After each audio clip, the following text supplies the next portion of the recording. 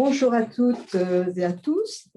Donc, cette session du mois de l'international de l'EHESS, qui s'intitule « Pour une génétique et une anthropologie des images », va faire la part belle à ce qu'on pourrait appeler la fabrique de la photographie. Car il sera beaucoup question du processus de fabrication et de création de l'image photographique, une image appréhendée dans sa matérialité, comme le produit fini d'une série de gestes techniques et de choix artistiques, une image appréhendée aussi dans ses dimensions sociales. Et avant de vous laisser la parole, Monique Sicard et Jean-Bernard Ouédraogo, je vais dire quelques mots pour vous présenter. Donc, Monique Sicard, vous êtes chercheur au CNRS, spécialiste de l'histoire et de la philosophie de la photographie. Scientifique de formation, et réalisatrice de documentaires primés sur la science et ses chercheurs. Vous êtes notamment l'auteur de La fabrique du regard, images de science et appareils de vision, un ouvrage paru chez Odile Jacob. Vous êtes aussi à l'origine d'un nouveau champ de recherche dont il sera précisément question aujourd'hui, la génétique photographique, inspirée de la génétique des textes littéraires, qui s'attache en fait à reconstituer le processus de la création artistique. Le numéro photographie, avec un trait d'union, de la revue Genesis, qui est paru en 2015 et que vous avez dirigé, s'est fait précisément l'écho de cette nouvelle approche que vous avez aussi développée dans des documentaires. Ces travaux sur la génétique des arts visuels, vous les avez conduits au sein de l'équipe de recherche ITEM, du CNRS et de l'ENS, dans divers programmes de recherche internationaux, et puis dans un séminaire de l'EHESS co-animé avec Jean-Bernard Ouédraogo. Alors, Jean-Bernard Ouédraogo, vous êtes, sociologue, chercheur au CNRS, directeur d'études à l'EHESS et membre de l'Institut interdisciplinaire d'anthropologie du contemporain. Et vous, votre terrain d'enquête et votre cadre de réflexion, c'est l'Afrique. Hein, et l'Afrique à laquelle vous avez consacré de nombreuses recherches. Et il me semble que dans votre travail, on peut distinguer deux volets de recherche en quelque sorte. L'un de ces volets porte sur des questions comme la classe ouvrière, l'urbanité, la citoyenneté. Vous avez travaillé aussi sur la violence politique. Et ce sont des thèmes auxquels vous avez consacré notamment des ouvrages en anglais. Et l'autre volet de vos recherches concerne les arts visuels. Et il se décline aussi en de nombreuses publications. Je vais en citer quelques-unes uniquement, bien sûr. On peut citer l'enquête et ses graphies en sciences sociales, qui a été publiée en 2019 et que vous avez co-dirigé. C'est un ouvrage qui interroge en fait le rôle de l'image dans la fabrication, la transformation et la présentation des données de terrain, ce qui est un point important en anthropologie, hein, la question de l'utilisation de l'image. Un autre de vos ouvrages plus anciens, Khalidou Kassé, Peinture, montre votre intérêt aussi pour les artistes plasticiens et notamment cet artiste sénégalais. Et puis, vous avez aussi publié Art photographique en Afrique, qui est un ouvrage dans lequel vous restituez les dimensions techniques, esthétiques, sociales de la photographie de studio au Burkina Faso. Et votre approche anthropologique des images, elle est aussi très attentive à cette dimension matérielle des processus créatifs. Et d'une certaine manière, elle ne pouvait que rencontrer la génétique des arts visuels de Monique Sicard. Et donc, c'est avec grand plaisir que je vais vous laisser maintenant présenter les travaux que vous menez dans le cadre de ce séminaire de l'EHESS que vous co-animez donc, et qui s'intitule « Photographie » avec un tiret au milieu, jeunesse, théorie, pratique, image, lieu photographique du politique. Donc Monique, si vous voulez bien commencer. Merci Brigitte.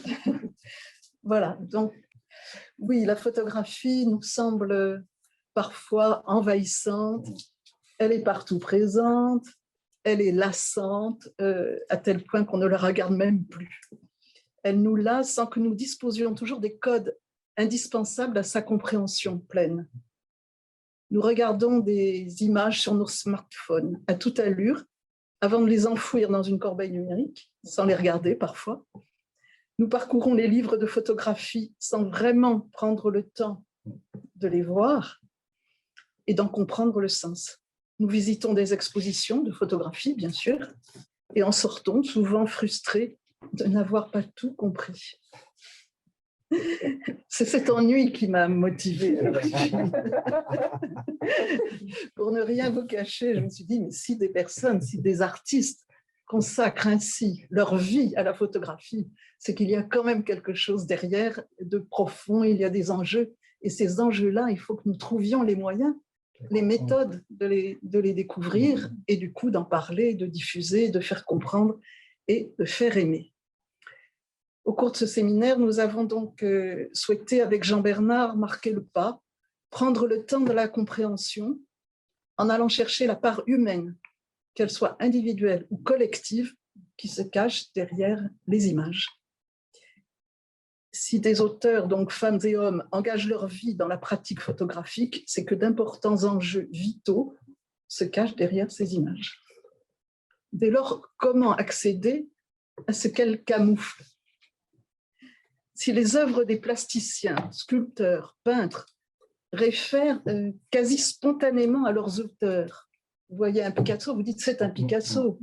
Il n'en est pas de même pour les photographies qui semblent ne livrer que leur seul objet. La photographie de la Tour Eiffel vous fera dire « Tiens, voilà la Tour Eiffel ». Comment comprendre les images? Comment retrouver la part des auteurs et des autrices, bien sûr, de leurs intentions, mais aussi celle d'un environnement collectif, d'une époque. Cette question de l'époque nous intéresse particulièrement au sein du séminaire, où nous travaillons beaucoup avec des jeunes entre, disons, 20 et 30 ans. Pas seulement, mais beaucoup avec eux. Alors, d'évidence, la photographie de la Tour Eiffel n'est pas la Tour Eiffel. Confondre l'image et son référent, c'est-à-dire la Tour Eiffel, est source d'erreurs d'interprétation, et cela peut être tout à fait gênant. La question est plus délicate qu'elle n'apparaît, car une photographie est une image, c'est-à-dire qu'étymologiquement, elle est ce qui ressemble, et ce qui ressemble à son objet. On reconnaît la Tour Eiffel, et elle semble nous la donner, cette Tour Eiffel, de manière indiscutable et précise. Et cette photographie est souvent considérée, par exemple, dans les albums de famille, dans vos albums de famille, ou dans les reconstitutions historiques, parfois même par les historiens, comme un ça a été, voilà, qui exclut toute discussion, toute compréhension plus fine que cela. Ce fut cela, ce fut comme cela, et cela n'est plus, et voilà. Ainsi s'exprimait Roland Barthes dans La Chambre claire, puisque je l'ai cité sans le dire. Il disait « On dirait que la photographie emporte toujours son référent avec elle, sa Tour Eiffel avec elle. Tous deux frappés de la même immobilité, amoureuse ou funèbre, au sein d'un même monde en mouvement. Ils sont collés l'un à l'autre, membre par membre, comme le condamné enchaîné à certains cadavres dans les supplices. » Bon, cette manière de voir a des limites.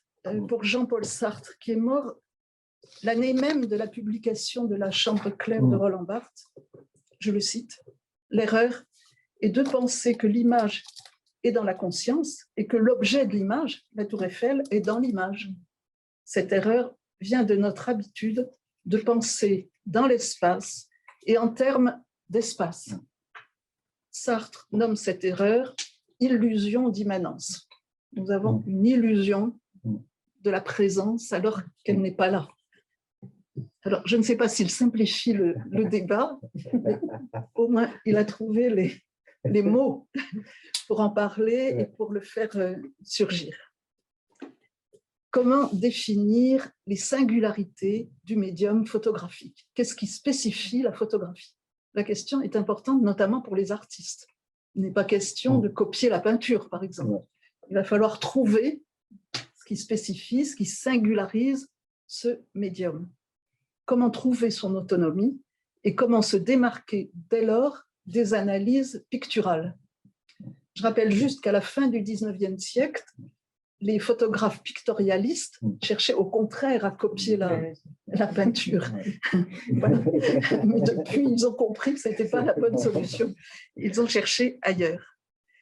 Alors Jean-Marie Schaeffer, dans son livre « L'image précaire », souligne le fait que la surface sensible du papier, du verre, du métal, de la pellicule est directement modifiée par la lumière, soit par les rayonnements électromagnétiques émis ou réfléchis par l'objet photographié, par la tour Eiffel. Voilà.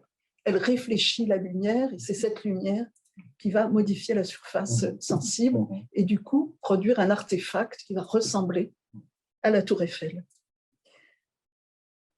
Directement affecté par ce référent, par cette tour, la surface sensible en est donc l'émanation directe, comme si on avait emprunté quelque chose à la tour Eiffel pour en affecter la surface sensible, et qu'on l'avait intégré à cette surface sensible. Donc cette photographie posséderait ainsi fondamentalement ce qu'on appelle un statut indiciel, elle serait un indice. Pour reprendre le terme du philosophe Charles Sanders Peirce, philosophe américain. La photographie serait donc riche d'apports extérieurs, malgré tout. Et l'exogénèse, c'est-à-dire cette genèse qui nous vient du monde extérieur, primerait ici sur l'endogénèse, primerait au conditionnel. La photographie, c'est la nature qui parle d'elle-même, s'exclamaient enthousiastes les physiciens et les astronomes de la première moitié du XIXe siècle, qui étaient les témoins du surgissement de l'invention. Ils en vinrent même, au nom de l'objectivité, à prôner la disparition de l'observateur humain. Première moitié du XIXe siècle, mais aussi en 1864, les astronomes défendaient encore cette absence et cet éloignement de l'observateur humain.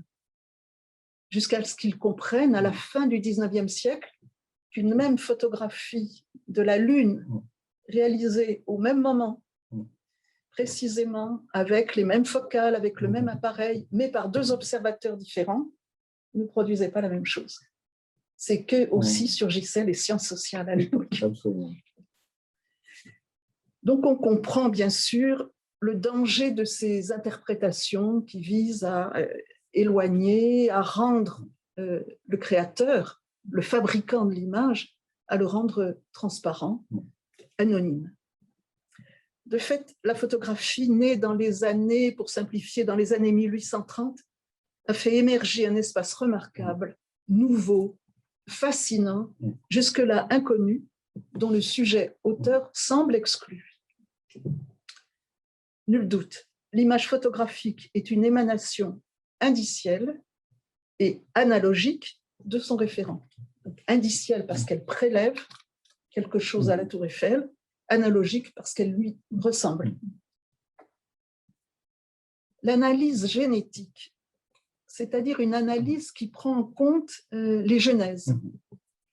Cette analyse génétique que nous proposons ici pour des photographies, mais de fait pour toutes les images.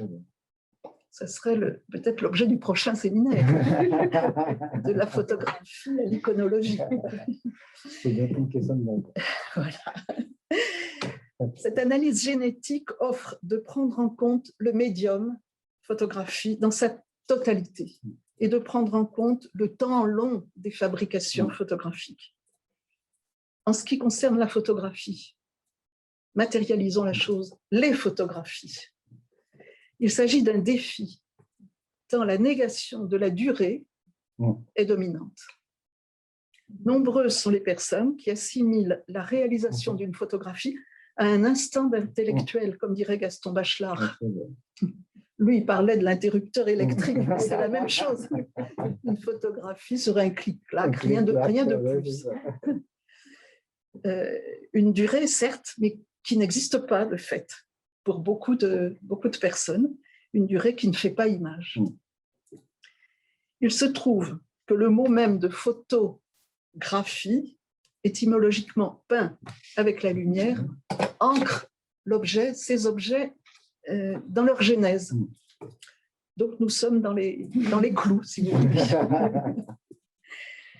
Alors, à l'instar de Roland Barthes, et afin de mieux nous faire comprendre, nous nous appuyons ici sur le schéma classique, simplifié, signifié, signifiant, ces deux faces complémentaires du concept de signe, tel que les a définis Ferdinand de Saussure. Le signifié serait donc la représentation mentale de l'objet photographié. Vous avez compris, la tour Eiffel. Le signifiant, la représentation mentale de la forme et de l'aspect matériel de la photographie, c'est-à-dire son format, son cadrage, la qualité de son tirage, le noir et le blanc ou la couleur, ses modalités de publication ou d'accrochage, etc., etc. Donc un grand nombre de paramètres que l'on ignore totalement lorsque l'on confond la photographie de la tour Eiffel avec la tour Eiffel. Il est difficile, disait Roland Barthes, pour un non-professionnel de percevoir ce signifiant photographique, parce qu'il faut avoir réalisé soi-même des photographies, s'être affronté à la difficulté de cette réalisation pour bien comprendre le poids de ces signifiants. Percevoir ce signifiant, disait Roland Barthes, le comprendre dans l'élan de la création d'une image requiert un entraînement, des compétences. Cela exige de s'arracher à l'observation exclusive de l'objet figuré pour se tourner vers tout ce qui n'en relève pas directement et cependant fait signe. Eh bien, c'est le défi que nous souhaitons relever avec notre séminaire, modestement. Alors, Roland Barthes a dit que lui n'y parvenait pas. Eh bien, nous, on va y arriver. Alors, je prends l'exemple d'une photo de groupe, par exemple une photo de famille. Donc, vous voyez bien toute la famille rassemblée sur le perron. Eh bien, ce n'est pas un objet naturel, c'est une mise en scène spontanée qui est réalisée pour la photographie. La famille souhaite montrer que ses membres sont solidaires, sont soudés, ce qui n'est pas toujours le cas. Voilà.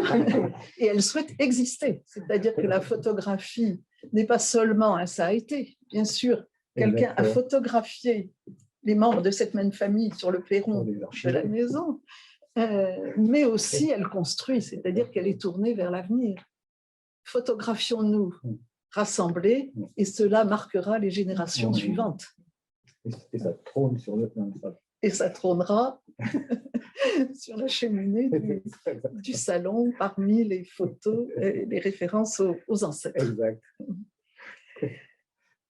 Donc, pour un non-professionnel, il est certes difficile, mais nous le montrons avec Jean-Bernard, il n'est pas impossible de prendre en compte les effets symboliques du format, de la qualité du papier, de la profondeur de champ, du contraste, de la définition, de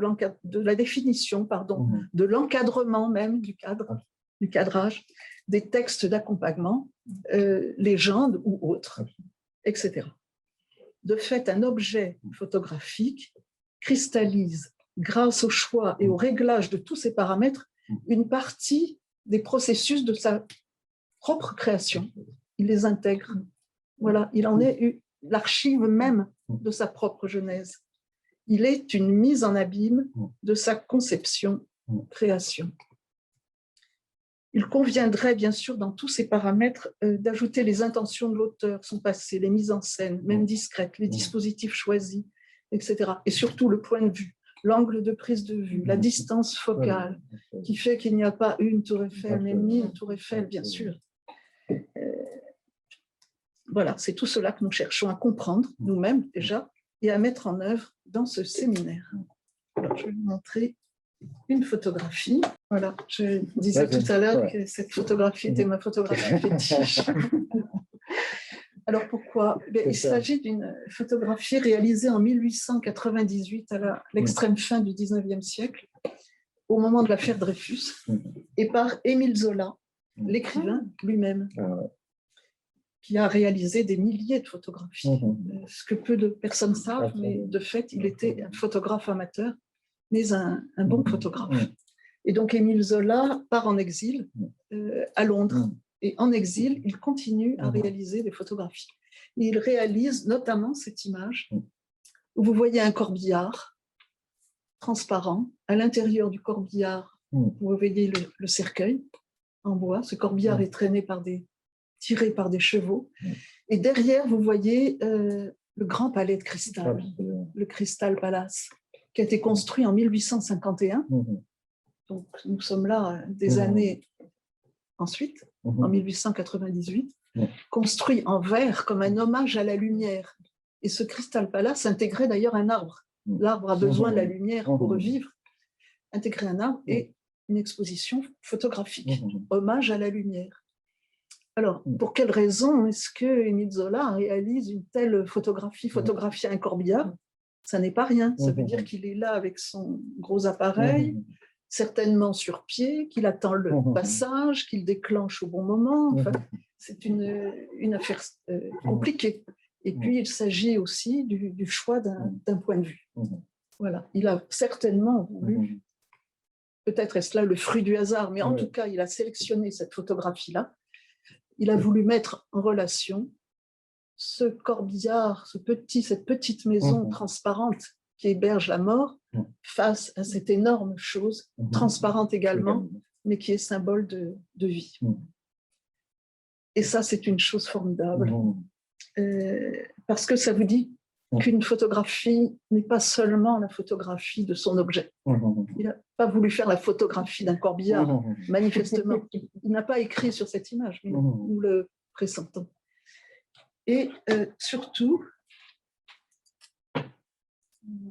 voilà. Et surtout, un photographe américain, grand photographe américain, Alfred Stieglitz, réalise cette photographie-là en 1907, c'est-à-dire nous sommes quelques années plus tard, 9 ans plus tard. Et cette photographie-là, on a pu dire qu'elle était l'une des plus grandes photographies au monde. Pourquoi? Eh bien parce que Stieglitz avait trouvé, ou pensait avoir trouvé, l'écriture photographique dans sa singularité. Donc, il effectuait un voyage transatlantique sur un bateau. Il était en première classe, et puis, eh bien, son regard s'est porté sur la classe inférieure, donc sur les gens modestes, qui se trouvaient dans la cale du bateau. Et lui était sur le pont, et là, il a écrit sur cette photo, où il a dit « Mais j'ai été surpris, fasciné et intéressé par cette cheminée qui part sur la gauche de l'image en oblique, cette échelle qui part sur la droite de l'image en oblique, le canotier de la personne qui se penche, le chapeau blanc de la personne qui se penche pour voir la classe inférieure, les bretelles aussi, blanches, vous voyez, croisées dans la cale du fond, etc., etc. Et tous ces éléments qui se répondent, les personnes en blanc dans la cale et en noir, vêtues de sombre au premier étage, tous ces éléments qui se répondent se trouvent dans cette photographie. Et on a pu dire, eh bien, Stieglitz a trouvé l'écriture photographique, ce qui singularise la photographie et qui n'existe pas dans la peinture. Excusez-moi, c'est quelle année? Ça, c'est 1907. Mais nous, qui venons de découvrir des milliers de plaques photographiques d'Émile Zola, nous disons, regardez, en 1898, eh bien, Zola avait déjà fait la même chose. Voilà ce que je voulais vous dire. Alors, derrière tout cela, oui, se pose la question de la technique. Il y a des personnes qui rejettent un peu la photographie parce que c'est technique, c'est automatique, et qu'il n'y a pas d'âme, qu'il n'y a pas de vie, pas d'humain derrière tout cela. Et notons juste que pour nous, la technique n'est pas considérée comme indépendante de l'expression d'une sensibilité, mais au contraire, mais à l'inverse, comme un moyen de son expression maîtrisable par ces photographes qui la connaissent peu ou prou. Changer de focale, c'est changer de point de vue. Voilà, si nous avions Un slogan. une maxime ou un slogan pour notre séminaire, ce serait celui-là. Changer de focale, c'est changer de point de vue, c'est regarder, c'est voir le monde différemment. De même, oui, nous dirons que la technique n'abolit ni le déplacement du photographe, ni le mouvement, ni le geste. Tout cela, ça bouge. Les photographes sont souvent de grandes voyageuses et de grands voyageurs, des personnes de terrain. Ils sont au contact.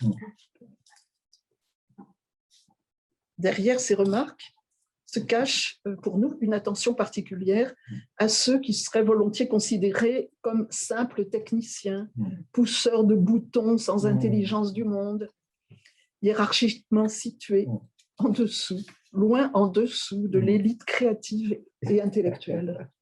De tout cela, nous ne voulons pas, et la photographie nous offre l'occasion d'en parler. Ainsi, l'acte photographique, ce qu'a photographié Émile Zola, qu'est-ce qu'il a photographié? Il s'est aussi photographié lui-même en train de photographier. C'est aussi l'acte photographique qui l'a intéressé et qui nous intéresse, nous également. Cet acte photographique n'est jamais réductible à l'incorporation directe, automatique d'une réalité. Ce sont des gestes d'écriture qui lui donnent sens. Il concerne donc le choix d'un lieu, d'une lumière, d'un climat, avec des guillemets, d'un milieu, d'une mise en scène, d'un mouvement, d'un geste, d'un dispositif. L'écriture photographique transite par des positionnements tant mentaux que physiques, ou même environnementaux, politiques. Voilà. Contrairement à ce que nous pourrions penser communément, une photographie n'est pas une image fixe. Rien n'est fixe là-dedans, tout bouge. Elle résulte donc d'une grande quantité de mouvements, de déplacements, de gestes. La photographie relève fondamentalement d'une philosophie de terrain. Nous nous éloignons ainsi de l'objet photographié pour gagner les rives de l'avant-image. Que se passe-t-il avant la réalisation d'une image considérée comme définitive? Et dans ce séminaire, nous proposons d'abandonner le quoi, qu'est-ce que c'est, pour le remplacer par le comment. Comment cette carte postale de la Tour Eiffel a-t-elle été réalisée? Comment a-t-elle circulé? À quelle époque? Par qui l'a édité? Pour quels besoins? Pour quels enjeux? Voilà ce qui nous intéresse. L'esquisse, les étapes préparatoires, les négatifs, les planches contact, les fichiers bruts numériques RAW sont au cœur de l'analyse. Et nous revenons ainsi précisément aux intentions des auteurs. Il est extraordinaire de constater tout ce que l'on peut dire d'une image en se penchant sur les étapes et processus de sa création.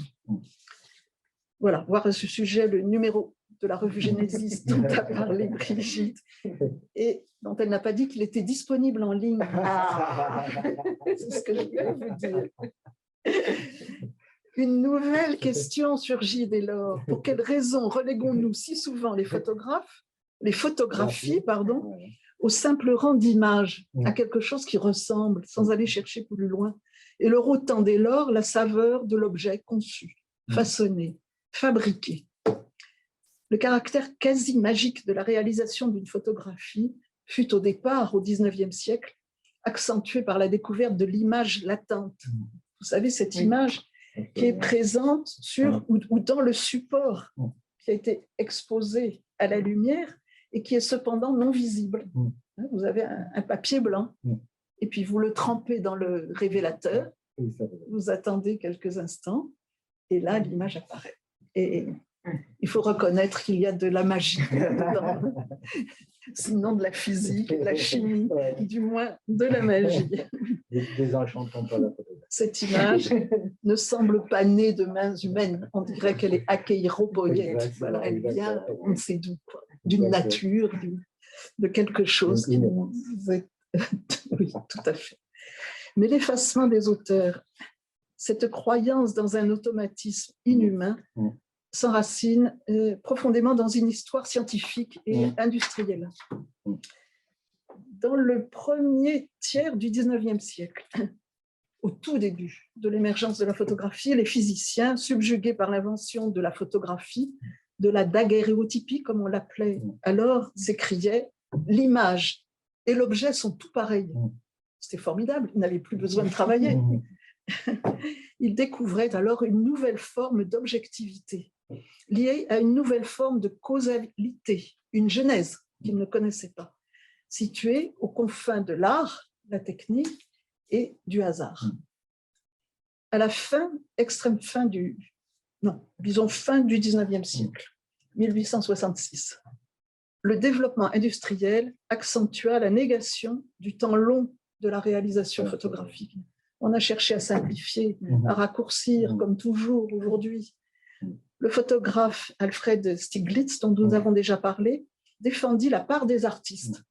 Il protesta, je le cite, « Le comble fut atteint lorsqu'une firme, il parlait de la firme Kodak, inonda le marché avec un appareil à main très ingénieux et la proposition, appuyez, nous ferons le reste. » Donc, il suffisait de déposer l'ensemble désormais dans un laboratoire et de revenir plus tard chercher les tirages verts, les tirages papier qui étaient effectués. Ceci a eu des conséquences très importantes dont nous sommes encore aujourd'hui héritiers.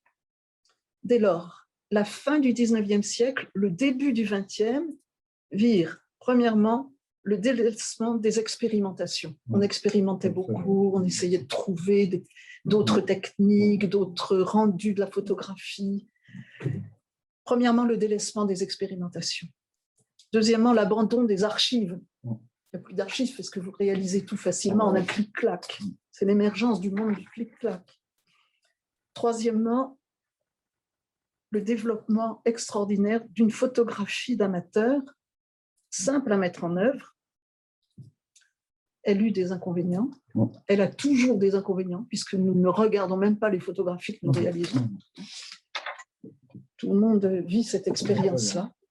Mais quand même, cette photographie d'amateur, à la fin du 19e siècle, ouvrit la voie à une représentation de milieux sociaux modestes, auxquels on n'avait pas eu accès jusque-là par la photographie, qui était coûteuse, qui nécessitait des supports coûteux, des présentations coûteuses. Et de fait, ce que signifiait, c'est-à-dire ce que représente la photographie, est directement lié au signifiant. Si vous avez un appareil bon marché, que vous pouvez obtenir des photos bon marché, eh bien la photographie va toucher des milieux sociaux qu'elle n'avait pas touchés jusque-là. Voilà. Nous vivons vraiment aujourd'hui cela avec les smartphones. Voilà, nous pourrons en parler, ça fera l'objet d'un prochain séminaire. Voilà, donc cette photographie des amateurs ouvre la voie fin 19e, début 20e à l'enquête sociale. Voilà, aux graphies dans l'enquête sociale. Je cite quand même quelques-uns des auteurs photographes, des artistes photographes. Lewis Hine, Thomas Amann, Jacob Ruiz, voilà. Et aussi, elle a ouvert la voie à une anthropologie de l'image. Voilà, je cite juste, mais il y en a d'autres. Edward Curtis qui a photographié les Indiens d'Amérique, en les mettant en scène aussi. Il avait avec lui des perruques, des plumes, voilà. Il remettait en scène voilà, des dispositifs qui avaient existé. Voilà, la photographie est présente partout, certes, mais il lui manque une approche théorique réintroduisant l'amont de l'œuvre, qu'elle soit le fruit d'artistes créateurs ou celui de travaux d'amateurs. Une approche théorique qui prendrait en compte le projet, les processus, une approche qui redonnerait leur importance aux matrices, d'où vient cette image. Qu'il s'agisse de positifs directs, obtenus directement, de négatifs qui vont donner lieu à des positifs, de fichiers numériques.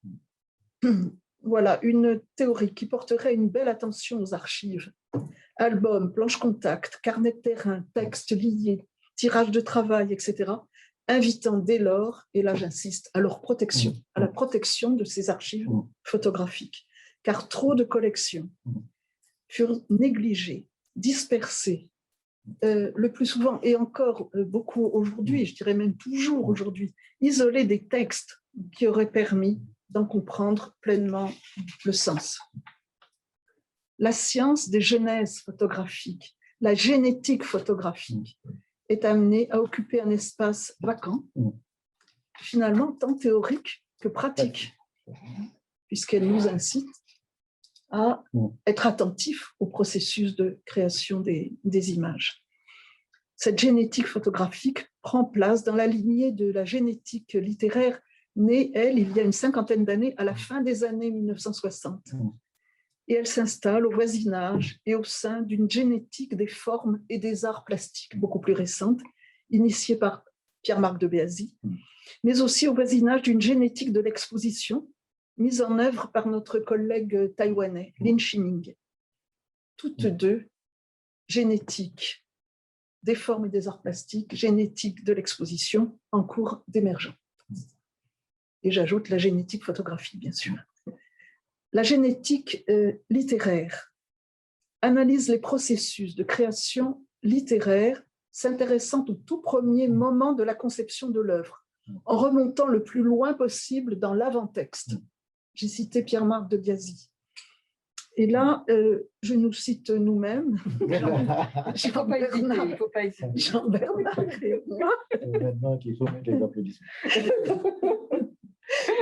La génétique photographique et d'une manière plus générale, celle des genèses iconiques, remonte le plus loin possible, non pas dans l'avant-texte, mais dans l'avant-image, retraçant au mieux les processus de création, sans négliger leur part expérimentale, ni l'attente et le surgissement de l'imprévisible.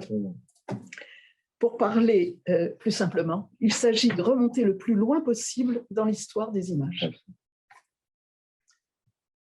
Le séminaire photo-graphie, genèse, théorie, pratique, image a orienté ses travaux selon 4 axes.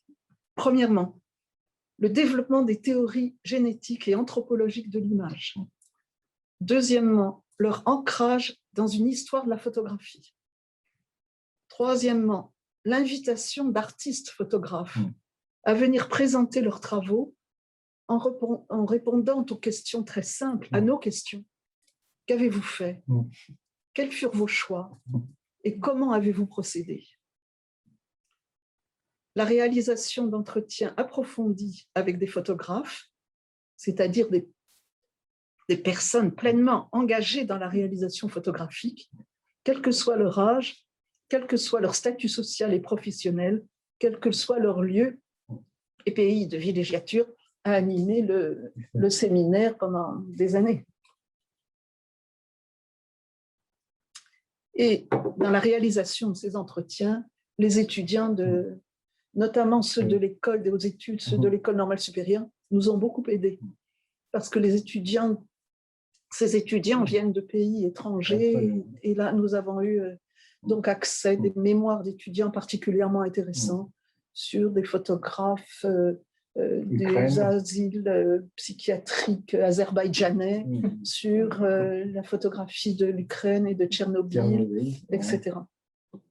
Voilà. Et j'espère que cette mise en ligne que nous réalisons aujourd'hui donnera lieu, voilà, puisque nous travaillons en ligne maintenant, à des entretiens ou des présentations de travaux d'artistes et de chercheurs d'autres pays du monde que ceux avec lesquels nous avons jusqu'à présent des relations amicales. Parce que ces personnes, ces artistes invités venaient dans les lieux, ils venaient ici à l'école des hautes études en sciences sociales.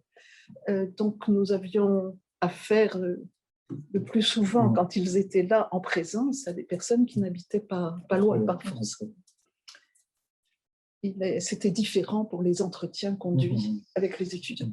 Je voudrais citer la Chine aussi, où nous avons eu des entretiens conduits avec des photographes chinois assez remarquables, grâce aux étudiants.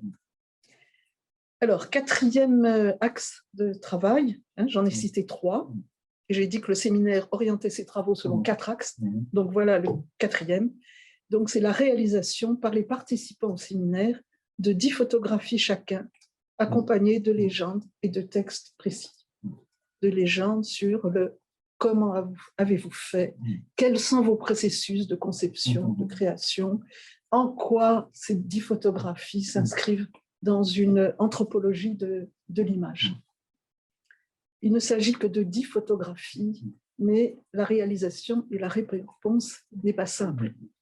Donc, nous pratiquons dans ce sens-là depuis 2 années maintenant, et nous avons donc des collections de photographies voilà, réalisées par des jeunes qui ont vécu l'existence de manifestations, l'existence d'un confinement, qui ont vécu une évolution du monde.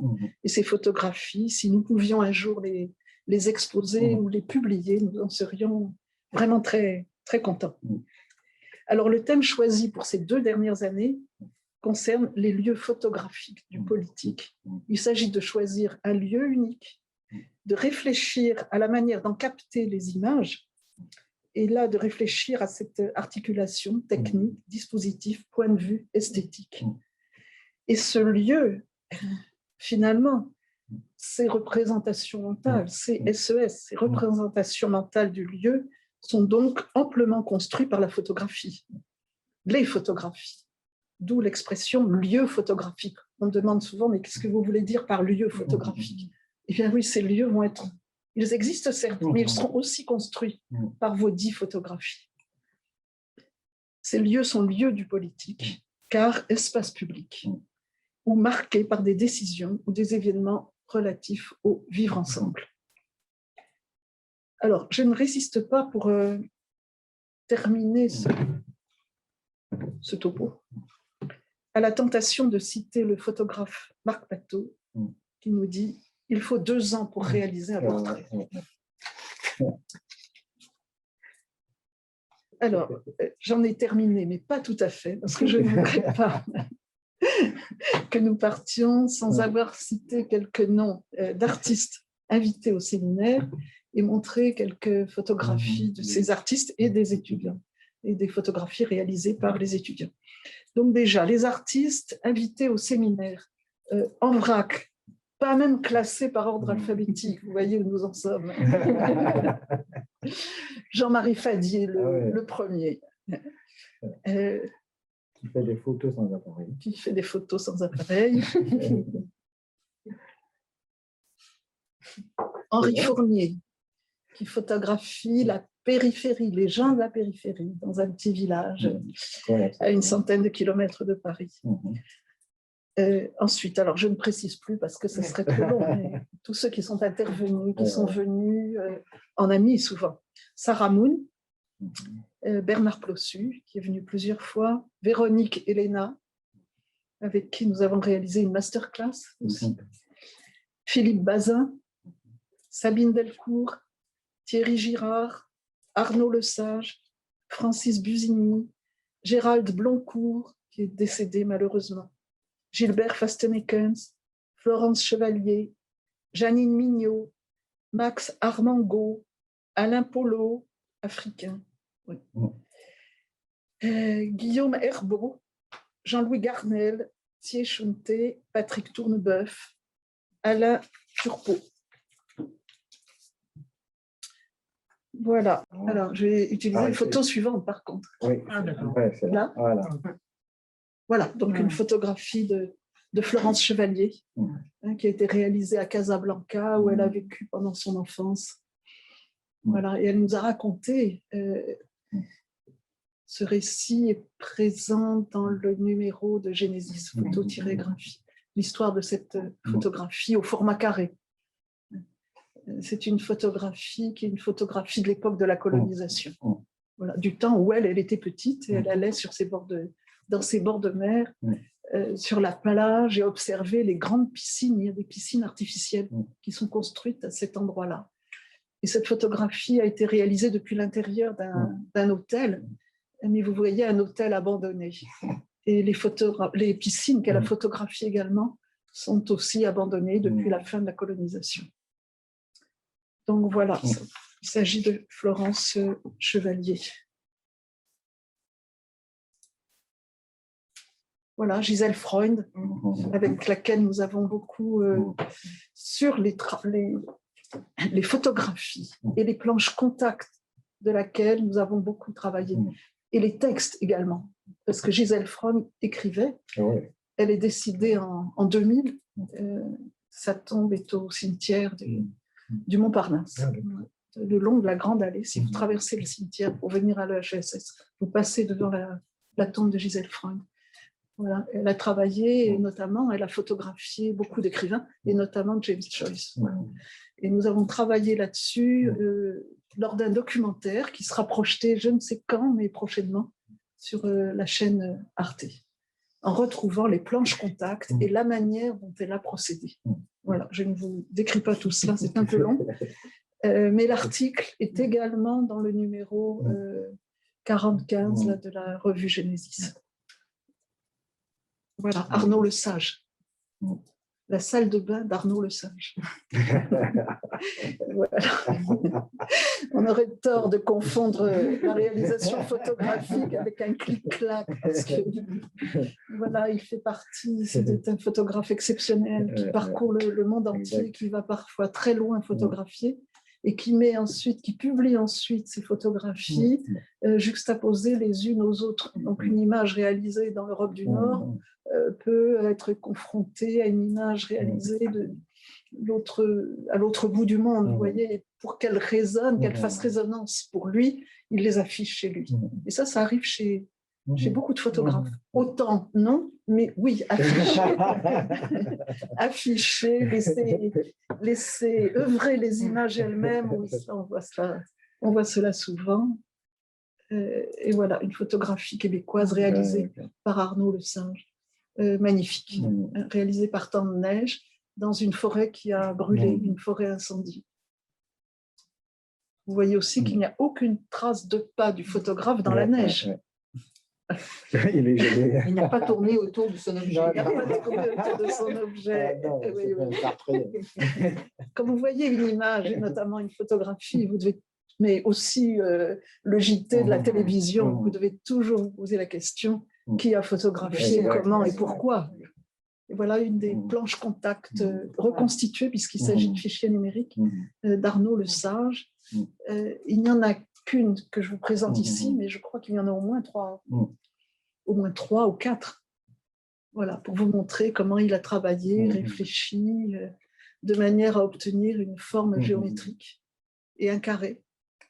Voilà, parce que s'il n'y a pas de soleil, vous voyez la troisième photographie en partant du bas à droite, voilà, elle a été réalisée sans soleil.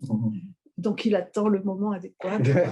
Et tout cela, les planches contact nous le disent, et elles sont pour nous, généticiens de la photographie, fascinés par l'avant-image, des outils extraordinaires.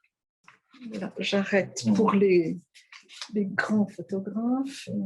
Je voudrais citer aussi parmi les personnes qui sont intervenues au sein du séminaire, quand même des historiens et des philosophes. Donc Lin Chining, dont j'ai parlé, qui met en place une génétique de l'exposition, et Lianta Rajaonarisson, qui est enseignant, chercheur à l'université d'Antananarivo, présidente du musée de la photographie de Madagascar, et créatrice de ce musée de la photographie. Christiane Voller, philosophe, Serge Plantureux, Jean-Loup Pivin, spécialiste de l'Afrique aussi, des photos d'Afrique, Françoise Gaillard, Yoko Tsushiyama, ancienne élève de l'école ici, qui est japonaise, et la doctorante Irina Bilobrodska, qui est ukrainienne et qui travaille avec nous. Voilà, beaucoup d'autres photographes et d'autres théoriciens ont été évoqués au cours du séminaire, et nous espérons que ces mises en ligne, comme je l'ai dit, ouvriront la voie d'une participation d'autres artistes, d'autres historiens, d'autres philosophes sur des surfaces géopolitiques de plus grande ampleur que la nôtre. Alors, je ne pars pas sans évoquer les travaux des étudiants qui sont au cœur du séminaire. Le séminaire se construit avec eux, avec nous, mais avec eux aussi, bien sûr. Alors, des noms. Samuel Labbé, les étudiants de cette année qui vont nous rendre leurs photos et leurs travaux écrits au mois de juin. Mais l'abbé, il était à 2 ans déjà. Alors oui, Samuel Labbé est là depuis 2 ans, et c'est un doctorant aussi, comme Irina Bilobrodska. Et là, il a réalisé des photographies de l'horloge atomique de Francfort. Donc, si vous ne savez pas ce qu'est l'horloge atomique de Francfort, vous foncez sur Wikipédia et vous attendez les photographies de Samuel. Alors, voilà. Chiara Cirello, qui travaille sur un bidonville, Rome, dans le département de l'Essonne, et qui a réalisé des photographies des habitants de ce bidonville. Voilà, et ces habitants se sont mis eux-mêmes en scène. Il ne s'agit pas de photos volées, quoi. Elle entretient avec eux des relations, elle conduit des interviews et elle leur a parlé de ces photographies, ces 10 photographies qu'elle doit produire. Et ils se sont mis en scène tels qu'ils le souhaitaient eux-mêmes. Toujours Chiara. Voilà, un monsieur qui aimait beaucoup faire cultiver des plantes. Il s'est installé devant ses plantes. Tout ceci est très émouvant, hein. Oui. Pour moi. Oui. Voilà, ça c'est autre chose. Alors, c'est autre chose. Voilà, il y a une photo donc, qui n'est pas là, mais qui est la photographie que Chiara a réalisée de la restitution de photographie. Donc, elle a tendu des fils au sein de ce bidonville, hein, d'une cabane à l'autre, une cabane à l'autre, et à l'aide de pince à linge, elle a suspendu ces photographies. Voilà les photographies qu'elle a réalisées avec toutes ces personnes. Alors, je cite d'autres étudiants. Delphine Pousse, qui a travaillé dans la Creuse avec des personnes aussi de l'École normale supérieure et qui nous présentera ses travaux. Ici, donc une photographie d'Hélène Désy, qui a photographié le bassin industriel de Saint-Nazaire, qui est un bassin très pollué. Saint-Nazaire-Donge et ses pollutions. Très pollué. À tel point qu'il y a des manifestations. Elle a photographié les manifestants. Donc ici, une femme qui tient devant elle une radiographie de poumons atteints. Voilà, encore un manifestant qui s'est peint la figure à la peinture rouge. Le bassin industriel de Saint-Nazaire-Donge. Je vous présente des travaux en cours de réalisation. Nous n'avons pas les travaux définitifs. Alors, je cite également Pauline Delfino, qui a photographié l'autoroute comme non-lieu en référence au non-lieu de Marc Auger. C'est-à-dire ces lieux qui ne sont pas identifiés, voilà, qui sont identiques partout et qui du coup n'existent plus en tant que lieu remarquable faisant référence. Telle est l'autoroute, du moins pour elle. Voilà. Elle a réalisé des photographies qui sont très intéressantes en plaçant devant son smartphone, beaucoup d'étudiants photographient à l'aide de smartphones, en plaçant une paire de jumelles devant le smartphone. Et voilà ce qu'elle obtient, donc une esthétique tout à fait particulière. Elle nous rendra ce travail au mois de juin, accompagné de textes et de commentaires et de légendes précises. Voilà. Voilà, encore. Voilà, avec un dispositif présent sur le smartphone qui multiplie les images et qui les juxtapose. Voilà, des photographies de Clara Mavrakis, qui a photographié une coopérative de chauffeurs VTC. Ah oui, c'est formidable avec les étudiants. C'est l'ensemble aussi qui est intéressant.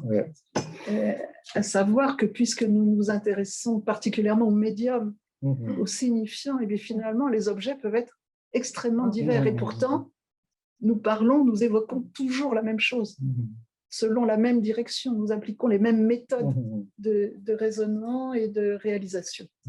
Donc voilà des personnes qui en ont assez d'être chauffeurs VTC et qui se constituent en coopérative. Voilà, quelque chose de très intéressant. Et voilà, donc ils ont trouvé un local, je crois que c'est à Antony, au fond d'une cour, pour se réunir, puisqu'il s'agit de l'existence aussi d'un confinement qui empêche ces réunions. Voilà, et pour eux, il était vital que cette coopérative soit créée. Donc, ils ont trouvé une petite maison cachée au fond du cours que Clara Mavrakis a photographiée. Voilà, elle les a photographiés travaillant à l'aide de leur smartphone. Voilà, des photographies que j'apprécie beaucoup personnellement. Des photographies de Laetitia Blanc, qui a photographié l'école en période de confinement. Voilà, avec ici les séminaires. Les séminaires vides. Voilà, donc c'est tout pour cette année. Pour les étudiants de cette année, il y en a d'autres, mais je ne vous montre pas tout parce que je n'ai pas encore tout reçu. Je n'ai pas eu accès à tous les travaux. Mais voilà, quelques photographies aussi des étudiants de l'an passé. Amelia Weitsch, voilà, qui a photographié la création de la ferme du Rail dans le 19e arrondissement, qui est un projet oui, à la fois végétal, urbain, mais aussi un projet social, qui est un lieu où on accueille des migrants, où on crée du travail. Voilà, très intéressante photographie. Voilà, les photographies d'Ira Bilobrodska. Toute une série qu'elle a intitulée Le sens interdit, qui est une belle série, réalisée pendant le premier confinement. Mars, avril, mai 2020. Avec un film. Voilà, et oui, il y a un film qui accompagne. Oui, nous avons parfois des films qui accompagnent, oui. Voilà, très intéressant parce qu'il se passe beaucoup de choses. Et pourtant, elle était bloquée chez elle. Ça a été un choc pour les étudiants quand on leur a dit « vous allez photographier un espace public » et qui se sont aperçus qu'on les confinait à la mi-mars. Voilà, mais du coup, il y a des trouvailles qui ont émergé de tout ça. Voilà, comme celle d'Ira. Voilà, celle de Joséphine Béchu. C'est le Paris vide, le Paris du confinement, avec l'irruption de la lumière dans son appareil, voilà, qui produit une esthétique qui est loin d'être inintéressante. Valentine Dumas, qui, elle, bonne élève, s'y était prise avant l'arrivée du confinement. Donc là, on est en janvier. Et elle a réalisé des photographies de la place de la République. Et ça, c'est très intéressant parce que c'est une place qui accueille des manifestations de tous ordres. Et pas toujours les mêmes. Elle n'a pas photographié une manifestation, elle a photographié la place de la République, avec une manifestation contre la réforme des retraites, une autre pour les droits des femmes. Voilà. Donc, c'est très intéressant, la place de la République. Voilà, la place de la République. Alors, ensuite, Sacha Bocara, qui, lui, était étudiant à l'École des Beaux-Arts, ce qui était aussi très intéressant pour nous. Ce sont des compléments et inversement. Des échanges très intéressants, bloqués dans un petit appartement au moment de rendre son travail sur l'espace public photographique. Voilà.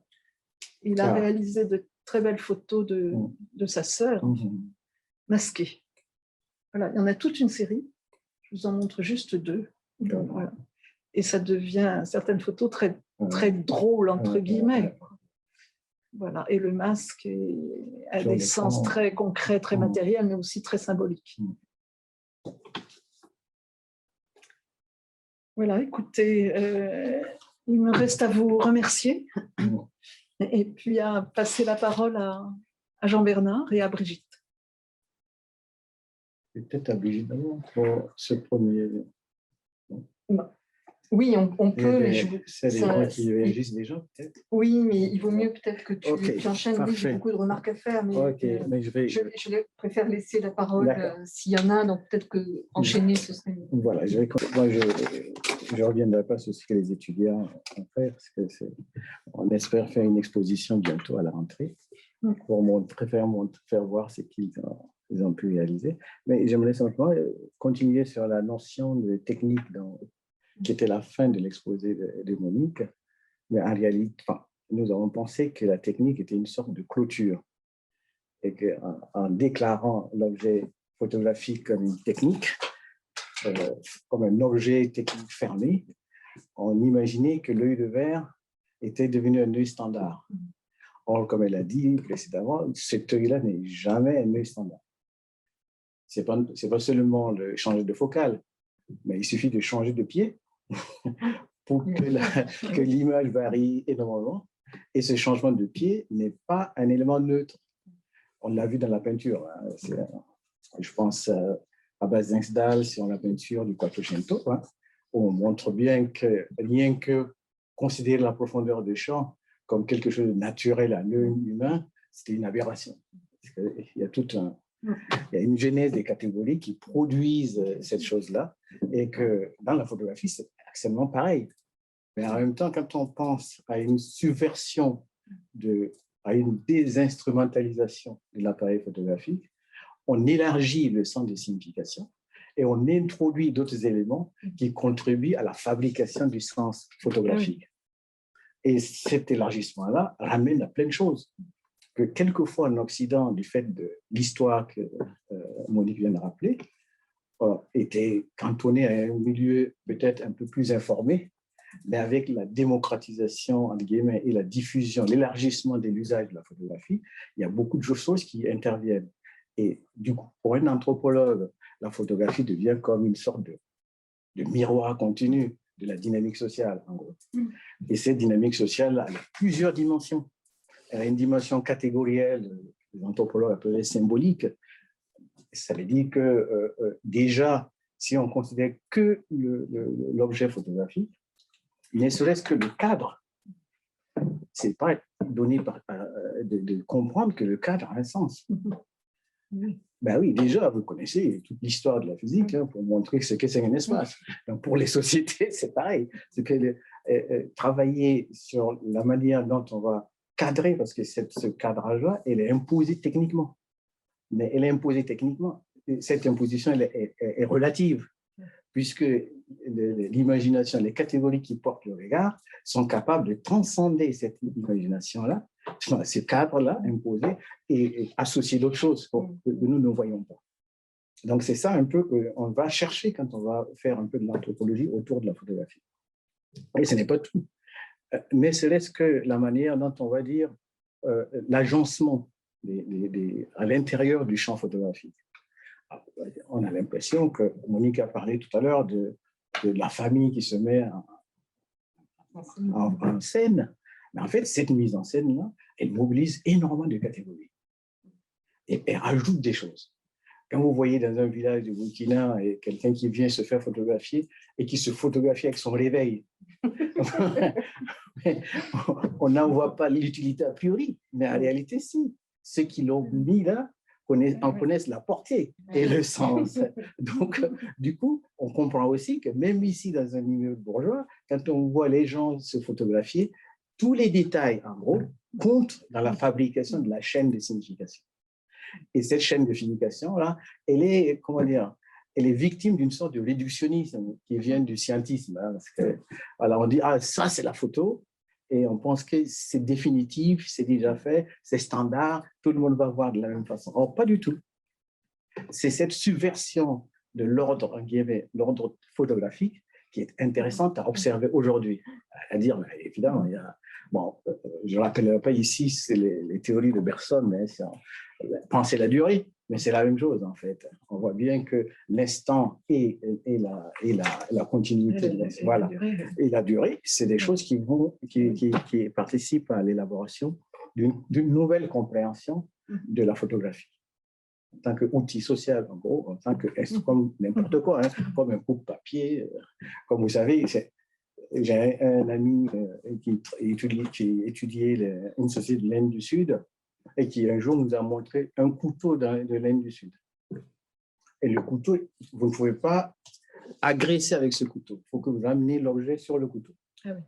Alors, donc, ça veut dire que même les objets techniques ne sont pas des objets complètement standardisés. C'est dépend des catégories qui sont à l'origine de leur élaboration. Et un peu comme Monique l'a indiqué tout à l'heure, cette genèse-là aussi, non seulement elle contribue, mais elle est en concurrence avec d'autres catégories qui sont en dispute pour la définition de l'ordre photographique. Et on ne peut pas simplement suivre un canal. On est obligé de regarder les dimensions diverses qui contribuent à cet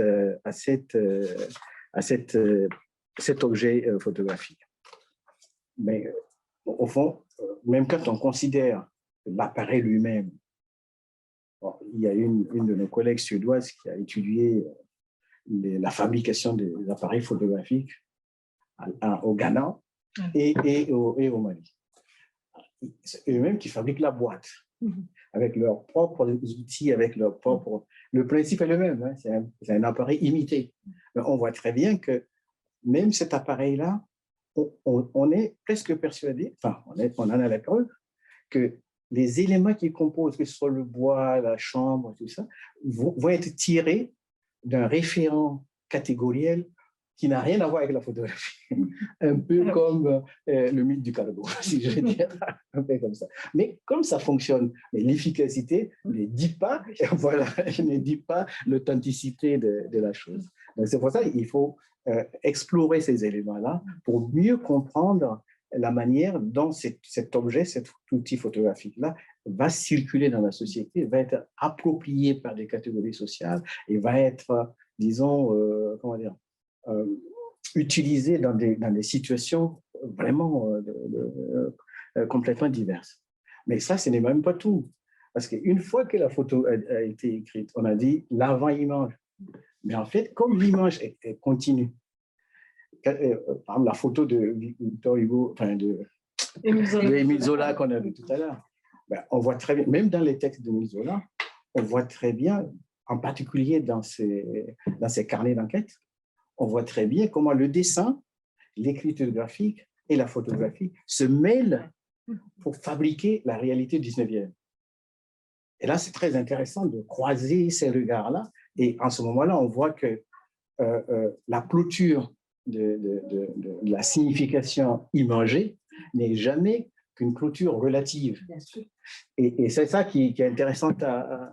J'ai amené une citation de notre collègue de l'école ici, qui est Wiesmann. Et Wiesmann, il dit, pour qu'il y ait réflexion, il faut que soit marquée une fin, une limite, que ce soit qui se déploie à l'infini.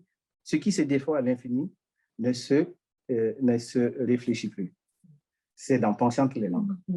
Donc, on comprend bien que Mauss dit un peu la même chose. Il dit, on commence à réfléchir quand on a trouvé les frontières. Or que là, quand on réfléchit en termes de genèse, on est tout de suite conduit aux limites de nos interprétations passées. Et ce que nous essayons de faire dans les séminaires, c'est comment on va pousser en formant des hypothèses. Et que ces hypothèses ont un but simple, hein, c'est de proposer quelque chose qui permette d'accroître le potentiel heuristique de la photographie, au sens de photographie qui nous aide à comprendre notre monde d'aujourd'hui. C'est ça un peu notre credo. Donc, au fond, c'est un peu dans une manière de faire imploser le régime ancien de la photographie, comme en fait les littéraires aussi. Hein. Les littéraires, en regardant les manuscrits, en regardant les collections, ils ont vu comment le texte littéraire lui-même, voilà, la personne que tu as citée tout à l'heure, bon, il y a un petit bouquin sur un écrivain russe qui est remarquable dans ce sens. Donc, on voit très bien comment ça nous amène à questionner autrement la photographie. en sortant à la fois de l'instrumentalisation abusive de la photographie et en comprenant que même l'instrument technique est une concrétisation de catégories de représentation. Je vais peut-être m'arrêter là pour que nos hôtes qui nous écoutent puissent poser des questions. Je dis quelques mots et on a déjà une question, enfin 2 questions. Et je vais juste dire quelques mots parce que moi, ce que j'ai beaucoup apprécié, d'abord, je m'inscris à votre séminaire. S'il n'est pas complet, j'y vais, hein, c'est sûr. Venez, vous êtes tous invités. Sans problème, je m'inscris. Sans problème. Non, ce que j'aime beaucoup dans votre approche, c'est qu'il y a un côté quand même pragmatique, Absolument. au sens où aussi, vous n'opposez pas les approches, Non. c'est-à-dire le symbolique, le technique, le sens social, les catégories culturelles qui peuvent être en jeu. Et je trouve qu'à une époque où on a toujours tendance à opposer, enfin disons que pour se singulariser, c'est quand même bien de dire qu'on a une voie qui est la seule et la bonne. Une chapelle. Voilà, une chapelle. Je trouve ça bien d'avoir une approche de la photographie qui soit œcuménique, presque, j'ai envie de dire. Bon, l'aspect concret aussi, le fait de faire de pouvoir travailler avec des étudiants. Les photos sont magnifiques, hein, franchement, c'est remarquable. Et puis, effectivement, moi, je vois des liens. Moi, j'ai travaillé sur des objets rituels. Voilà. Où autrefois, on prenait l'objet rituel comme un objet fini. Enfin, on ne s'intéressait pas à ce qui s'était passé en amont. Et donc, on n'était que dans du symbolique. Mais le symbolique, alors l'image achevée, les significations.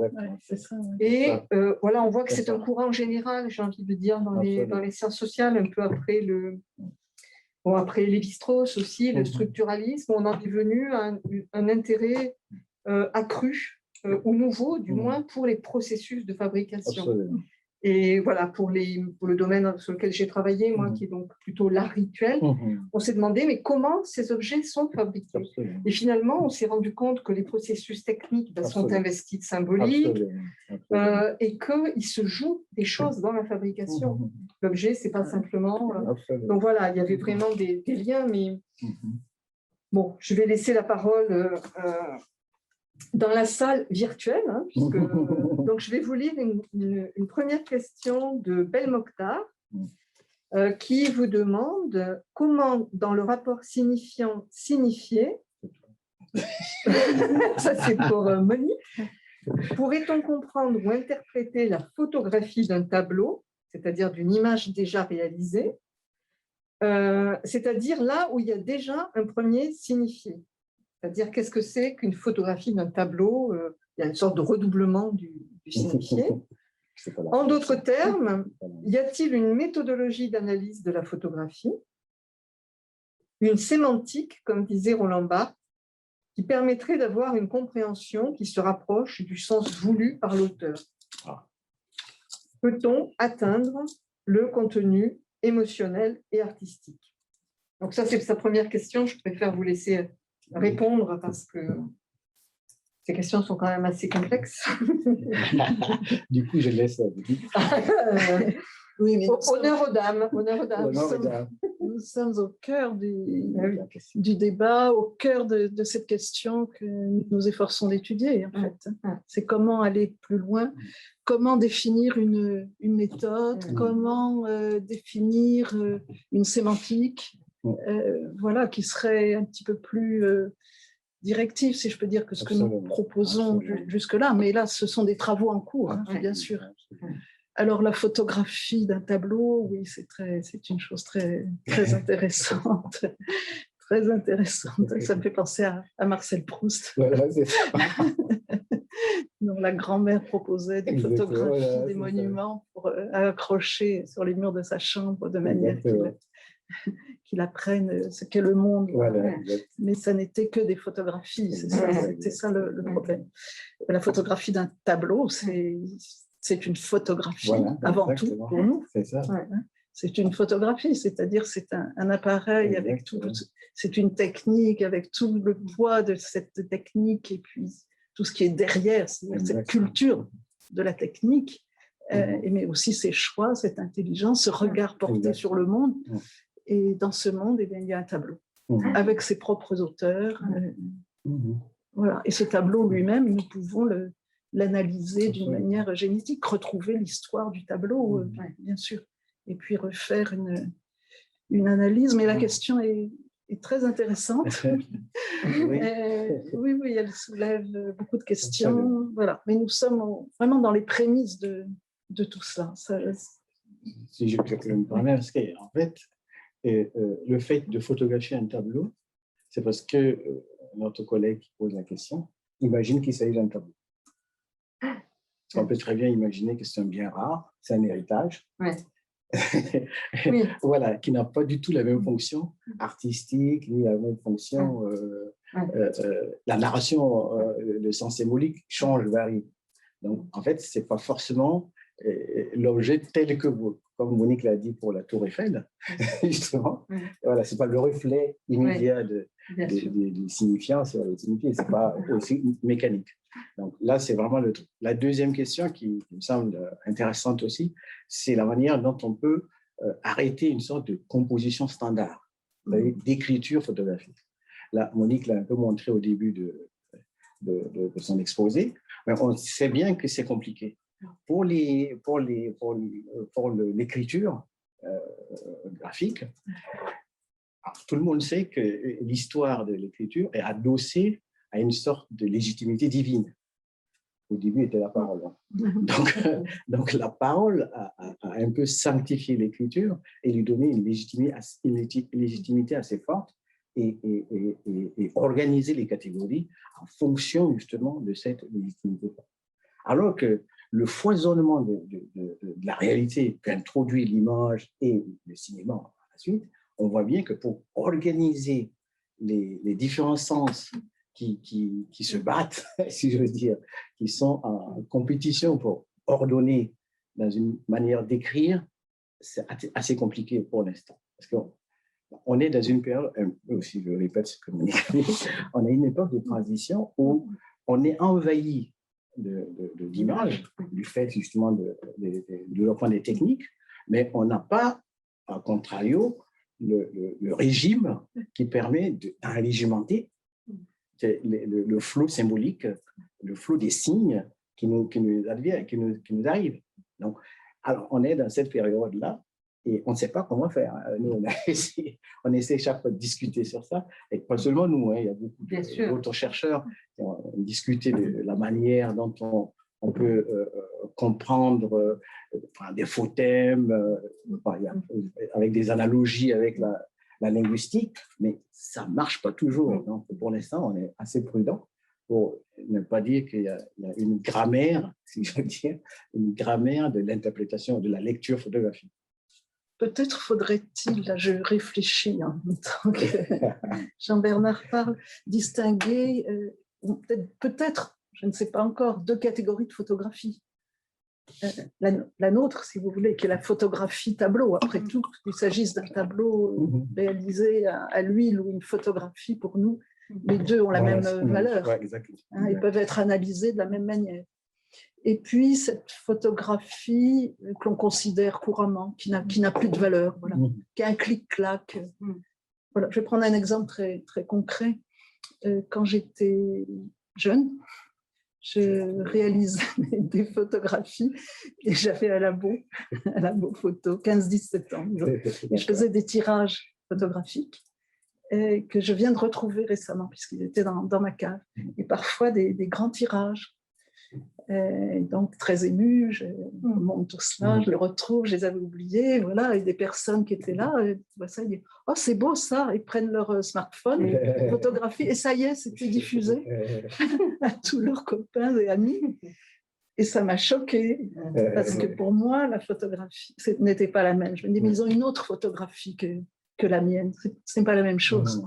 Ce n'est pas la même chose, et ils vont se moquer, bien sûr, si je leur dis que pour moi, ce tirage est quelque chose d'important.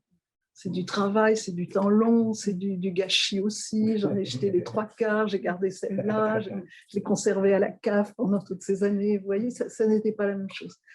Alors peut-être faut-il s'orienter aussi vers ces questions-là de catégorisation.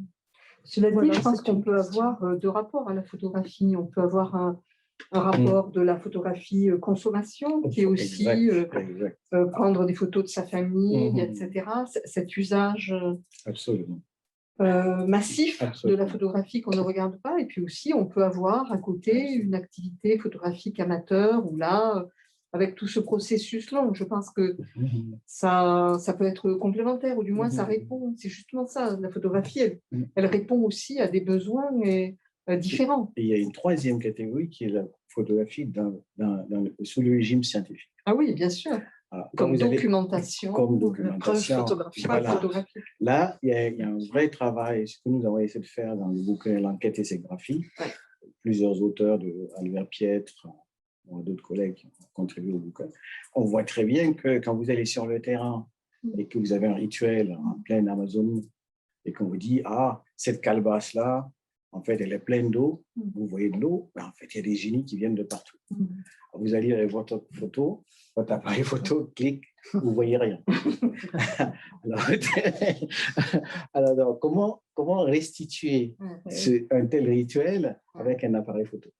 Donc, évidemment, on a possibilité de concourir à d'autres artifices pour inventer des choses, de l'image ajoutée, augmentée, tout ça. Mais en fait, on ne peut pas le faire si on n'a pas résolu la question de la présence dans le champ photographique, de l'utilité du sens, y compris parce que cette réflexion-là nous conduit à l'institution de la forme. Parce que si on vous dit des génies, on ne sait pas ce que c'est. Est-ce qu'ils ont des formes de chauves-souris ou de poissons? On ne sait pas. Donc, le problème, c'est de commencer à réfléchir. C'est la manière dont ça se met en place. Et c'est un vrai problème parce qu'actuellement, moi, j'ai un peu l'impression que les sciences sociales vont, dans les années à venir, faire face à un problème d'écriture et de traduction par l'image. Parce que ce n'est pas sûr que notre environnement continue à consommer, si je veux dire, nos gros volumes de 500 pages. donc, la question, c'est savoir, est-ce qu'on peut conceptualiser, on revient un peu avec ça, il faut déduire un peu le sens argumentatif des choses pour pouvoir introduire l'image. Ça, c'est des débuts. Il faudrait réfléchir vraiment sur cet enjeu, à mon avis, qui est un enjeu central dans les années à venir. C'est voilà, on s'est dit, les étudiants, quand ils viennent, on leur pose la question. On dit, mais comment vous traduisez ça? Par exemple, notre étudiante qui travaille sur Tchernobyl, c'est la même chose. Comment vous traduisez une catastrophe? Par la photographie, comment vous faites? Il ne s'agit pas de prendre une photo d'une zone détruite et puis rajouter un commentaire en disant c'est la photographie. C'est pas ça. Il faut donner une sorte d'autonomie de signification à la photographie. Et là, ça nécessite un effort de composition, d'agencement, de l'ordre logique d'abord, et que cette l'ordre logique-là porte une signification tangible. Sinon, bon, on va faire un film, comme beaucoup de films ethnographiques d'ailleurs, c'est la voix off qui explique plus que l'image. Donc ça, ce n'est plus encore des sciences sociales. C'est un peu du journalisme, mais bon, c'est un effort à faire pour donner pleine capacité de résonance et de narrativité à l'image photographique en tout cas. Et son articulation avec le texte. Avec la pensée. Voilà, comment, et dans la restitution, par exemple, anthropologique, dans un écrit. Exactement. Que faire? Comment faire jouer l'image, le texte, pas être redondant, pas être dans l'illustration. C'est un exercice très difficile. Très difficile. Fondamental pour les historiens. Oui, pour les historiens aussi, absolument. Parce que l'image est une preuve. Dans quelle mesure et preuve de quoi? Ah ouais, c'est ça. Ouais. Alors, je vous lis la deuxième question de Belmokhtar. Lacan parlait de l'image du miroir dans le développement de l'enfant. Pourrions-nous avancer que la photographie a une fonction assez semblable s'agissant de groupes sociaux, d'activités sociales, culturelles diverses? Il donne un exemple, une famille qui a fait beaucoup de photos d'elle-même à travers les différentes étapes de sa vie n'a pas la même conscience de soi qu'une autre famille sans photographie. Il faut faire attention, parce que Lacan, c'est un moment. c'est ce qu'ils appellent le stade du miroir. C'est un moment d'imitation du père. Donc, en fait, ça, il faut imaginer qu'il n'y a pas que la photographie qui joue ce rôle. Il y a quand même quelque chose qu'on appelle une fonction de guidance des aînés. Bon, depuis Durkheim, les anciens sont en train d'éduquer, c'est ça leur fonction d'éducation, sont en train d'agir et amener les jeunes à comprendre ce qui est l'ordre social. Ce n'est pas seulement l'image. Peut-être des fois, à leur corps défendant, ça va être la télé. Pas seulement le miroir. Voilà, pas seulement le miroir, pas la Une photographie. de Ça soi, peut être ça ou Harry Potter. Bon, pour l'instant, c'est pas. Moi, ce qui me... Alors, il y a un photographe, je ne me souviens plus duquel, mais vous le saurez sûrement, quand vous avez parlé de la focale, en fait, qui disait que chaque photographe avait sa focale favorite. Et effectivement, c'est quelque chose qui me frappe souvent, de voir des photographes qui aiment bien, par exemple, la macrophotographie, quand vous dites aussi, je trouve que c'est une très belle expression, hein, les photographes sont des personnes de terrain qui vont au contact, aller au contact. Et vous avez des photographes qui vont adorer la macro ou la focale, le 50, qui vont essayer de se rapprocher toujours des personnes, des objets. Et puis des photographes qui aiment les grands espaces, qui aiment le recul. Et du coup, c'est vrai que je pense, quand vous dites c'est une vision du monde, je pense qu'il se joue beaucoup de choses dans cette longueur de focale. D'autres choses, ce que je trouve, moi, ce qui m'intéresse, c'est j'ai du mal à l'appréhender, c'est est-ce que quand vous avez travaillé avec des photographes, ils ont pu vous expliquer, face à une planche de contact, comment ils avaient fait leur sélection? Parce que c'est une expérience qu'on fait quand on est photographe, même amateur, hein, et surtout à l'heure actuelle avec le numérique, qui fait qu'on peut se retrouver avec 20 photos de...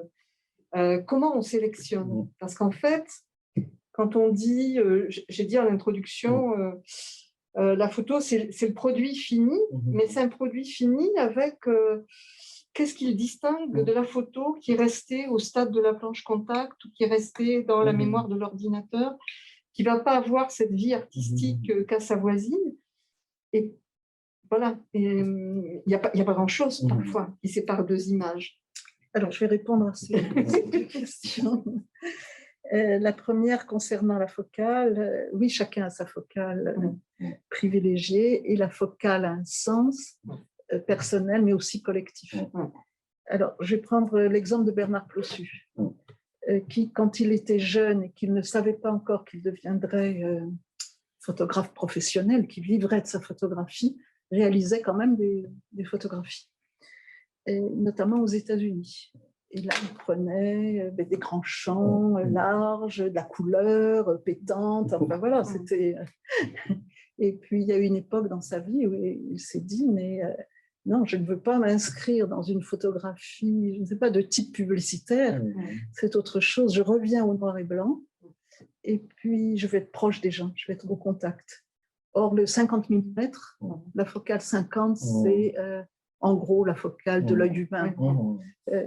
Voilà, et il s'est dit, je veux me rapprocher de ça, et depuis, il photographie en 50 mm, et il avait totalement délaissé ses photos de jeunesse, qui sont aussi les photos de l'émergence des mouvements hippies, qui sont passionnantes. Voilà, et il les a fait ressurgir il y a quelques années, voilà, quand même pour le grand bonheur de tout le monde. Donc voilà, la question de la focale et du sens symbolique ou personnel de la focale, c'est un sujet de thèse. Lacan aussi, et le miroir de Lacan, le sujet du thèse. Mais ça, c'est un sujet de thèse. Alors, ensuite, est-ce que les photographes vous racontent leur planche contact et la manière dont le choix, bien sûr, quand il y a des planches contact, c'est-à-dire à partir du moment où le numérique arrive, il n'y en a plus, et à partir du moment où on se situe avant les années, disons 1950, non plus. La planche contact.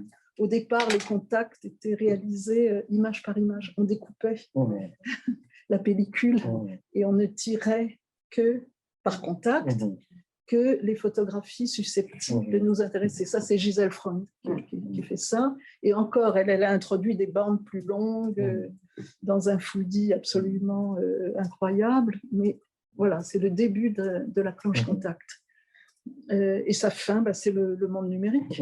Donc, on a vu les planches contact reconstituées d'Arnaud Lesage, mais elles sont reconstituées. Il a fait cela pour nous, pour le séminaire. Alors, est-ce qu'ils nous disent, tous ces gens-là, j'ajouterais Stéphane Couturier, pour lequel, dans le numéro de Genesis, il y a un très bel entretien, justement, il nous explique comment il choisit, comment il sélectionne. Sauf que les choses sont plus compliquées que cela, en général.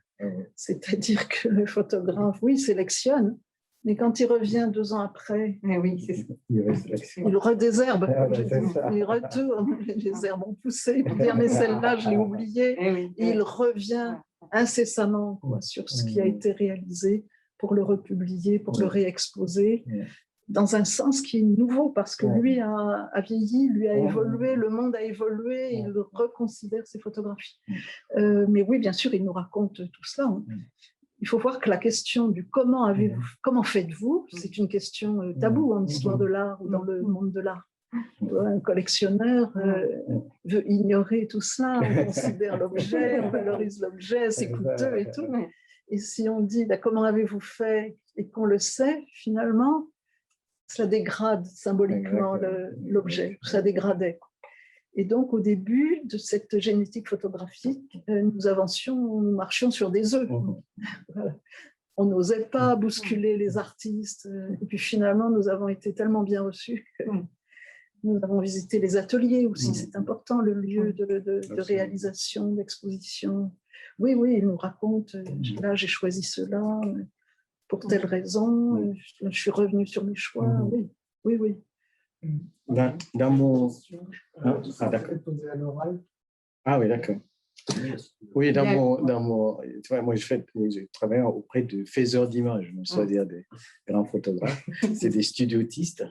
Et ils ont plus de... Pour sélectionner les images, c'est plus de l'éthique et de la morale, plutôt que de la technique. Voilà, exactement, c'est un peu ça. Ils disent, là, c'est pas bon, parce que c'est mal. Voilà, donc c'est plus dans ce sens-là. Les choix, les critères de choix, voilà, les modalités du choix. Exactement, parce qu'ils pensent puisqu'il y a des aspects techniques qu'eux-mêmes ils pensent infaillibles, en guillemets. Donc le reste, maintenant, c'est de dire, j'ai placé là. Bon, donc, des fois, il y a des aspects techniques qui interviennent, lumière, et surtout position du corps, il y a des choses qui apparaissent très nettement. Alors, j'ai une autre question qui dit, j'ai assisté au séminaire de Madame Sicard il y a 10 ans. Elle proposait de la poser d'accord. Okay. Alors, si vous voulez bien prendre la parole. Ramona, ce que je vous propose, c'est de citer la question que vous avez écrite dans le chat, et si vous arrivez à vous connecter. D'accord. Vous m'entendez? Oui, ça y est. Alors, oui, d'accord. Donc, j'ai assisté à votre séminaire en 2008, il y a 10 ans, et c'était très, très intéressant à l'époque, mais il n'y avait pas d'étudiants, justement, de photos d'étudiants. Donc, il y a ce changement d'il y a 10 ans jusqu'à aujourd'hui qui fait que là, on parle de l'esthétique de portable et d'une autre esthétique aussi. Donc, je voulais savoir quelles conclusions vous pouvez offrir sur l'esthétique du portable ou sur l'esthétique des photos de vos étudiants. Oui, il y a donc des photographies d'étudiants depuis 2 ans. Ouais, absolument. Voilà. Et la raison pour laquelle il y a des photographies d'étudiants, c'est que nous cherchions justement à leur faire comprendre ce rapport à la technique, et pour que ce soit bien compris, c'est vrai que le fait de manipuler, de s'affronter aux difficultés, permettait ou devrait permettre, c'était notre hypothèse, de comprendre mieux la photographie. Alors, de fait, les étudiants, certains ont retrouvé, sont allés rechercher des appareils analogiques. Voilà, ils n'étaient pas tous dans le numérique, donc ça, c'est compliqué, parce qu'il faut trouver des pellicules, si on veut travailler en noir et blanc, voilà, trouver les modalités aussi du tirage, les labos. c'est un peu compliqué. Le numérique, eh bien, il y a eu les appareils numériques contact qui ont quasiment disparu. Là, nous, je dis nous parce que je ne suis pas seule, nous avons photographié les manifestations des Gilets jaunes, par exemple, où la présence du smartphone était comment dirais-je, universelle. Chacun a son smartphone, chacun a son appareil photo et sa caméra de prise de vue.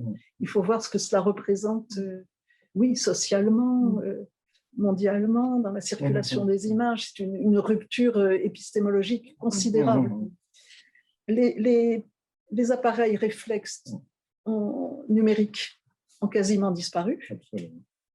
Moi, je m'en sers encore parce que j'aime bien mon appareil, mais j'étais quasiment seule, quasiment seule, isolée. Voilà, ces petits appareils, voilà, il se produit là maintenant, en ce moment, avec les smartphones, ce qui s'est produit à la fin du 19e avec les appareils Kodak vont marcher. C'est-à-dire que chacun a son appareil. Et je dirais que c'est pire encore. Vous mettez des guillemets à pire, c'est-à-dire qu'on ne voit même plus qu'il s'agit d'appareils photo. Donc vous pouvez photographier, filmer, alors que personne ne s'en aperçoit. Donc du coup, vous avez des contenus qui sont très nouveaux, très différents, très intéressants. Je peux donner un exemple, tiré des Gilets jaunes. Il y a eu deux Gilets jaunes au début du mouvement, fin de l'année 2018, qui ont été invités par un ministre, François de Rugy, dans le bureau du ministre. Et nous, c'est-à-dire citoyens lambda du monde entier, nous avons pu assister en direct quand même à l'entretien. C'est-à-dire que l'un des deux avait posé son appareil, il a absolument tout filmé. Donc vous voyez comment le contenant, en fait, influe sur le contenu, et surtout comment le contenu des images est très directement l'expression aussi d'une modalité, même technique, d'une avancée, d'une époque. Vous voyez, donc tout ceci nous intéresse. Alors oui, bien sûr, les smartphones produisent. Alors produisent, oui, avec l'aide de leurs auteurs, mais des images extrêmement nouvelles, extrêmement neuves, parfois troublantes. Peut-être aussi pour compléter ce que dit Monique, c'est qu'en fait, avec aussi l'irruption des smartphones, on peut assister à un transfert. C'est-à-dire que l'histoire de la photographie, ces catégories esthétiques et tout ça qui ont été accumulées par un public, un monde presque reconnu, on voit rentrer dans cet espace-là des choses qui viennent d'ailleurs, des jeux vidéo, et de plein d'autres endroits où l'esthétique n'est plus forcément la même que dans la photographie traditionnelle. Donc, il faut être attentif au transfert de sens et d'esthétique qui viennent d'autres endroits qui, en ce moment-là, sont peut-être plus prisés par la catégorie des jeunes dont on parle, qui sont des gens qui viennent, voilà, qui ont d'autres fréquentations, d'autres usages de techniques, de l'intelligence artificielle, de plein d'autres choses, des logiciels de montage qui sont maintenant facilement accessibles. Je le vois quand on faisait l'atelier sur l'ethnographie visuelle, on voit ça très nettement. On voit comment ils importent des formes de graphie qui ne sont pas dans le film de Chris Marker. C'est plus du Chris Marker, c'est pas les documentaires classiques. Ils ont d'autres façons Donc là, c'est vraiment un moment où on voit les choses qui circulent. Il y a une circulation. Mais tout change.